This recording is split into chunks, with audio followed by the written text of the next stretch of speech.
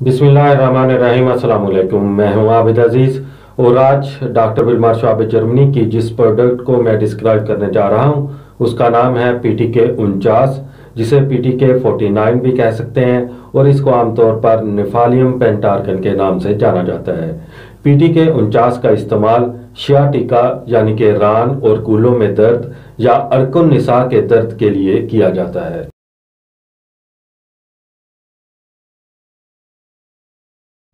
PTK 49 कुदरती अद्वियात का एक मुरक्कब है जो कि मुख्तलिफ किस्म की शियाटिका की या अरकुनिसा की बीमारियों के लिए इस्तेमाल की जाती हैं।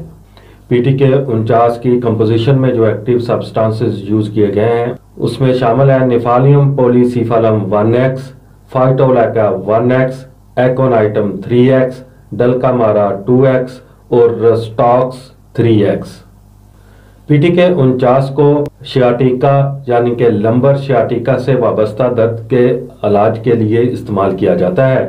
कमर के दर्द में बेहिसी होने और टांगों में दर्द होने या रोमैटिक शिकायत यानी कि जोड़ों के दर्द की शिकायत और अरकुन निसा में पीटीके 49 मददगार के तौर पर इस्तेमाल किया जाता है। इस तरह की दर्दें ठंडे और मरतूब मौसम का नतीजा हो सकती हैं। इस तरह की तमाम हालतों में बेहतरीन नतीजा हासिल करने के लिए पीटीके 49 का इस्तेमाल किया जाता है।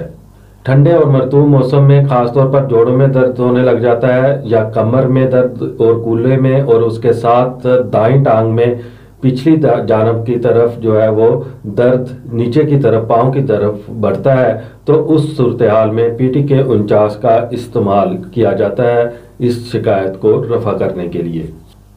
पीटीके 49 की खुराक का इस्तेमाल कुछ इस तरह से है कि अगर तबीयत बहुत ज़्यादा ख़राब है और मर्ज़ में शिद्दत है तो फिर आप इसके 5 से 10 कतरे दिन में 12 दफ़ा इस्तेमाल कर सकते हैं हर 1 घंटे के वक्फे के साथ। और अगर तबीयत बेहतरी की तरफ माइल हो और मर्ज़ में कमी वाक़ई हो रही हो तो फिर आप इसके 5 से 10 कतरे दिन में 3 बार या 4 बार इस्तेमाल कर सकते हैं थोड़े से पानी में हल करके। पीटीके 49 आपको बाजार से 20 ml की पैकिंग में बआसानी दस्तयाब हो सकती है। उम्मीद करता हूं कि ये वीडियो आपको अच्छी लगी होगी। अगर वीडियो अच्छी लगी है तो इसको लाइक कर दें। अगर आप मजीद होम्योपैथिक मेडिसिन के बारे में इंफॉर्मेशन हासिल करना चाहते हैं तो मेरी रिक्वेस्ट है कि इस चैनल को सब्सक्राइब कर लें।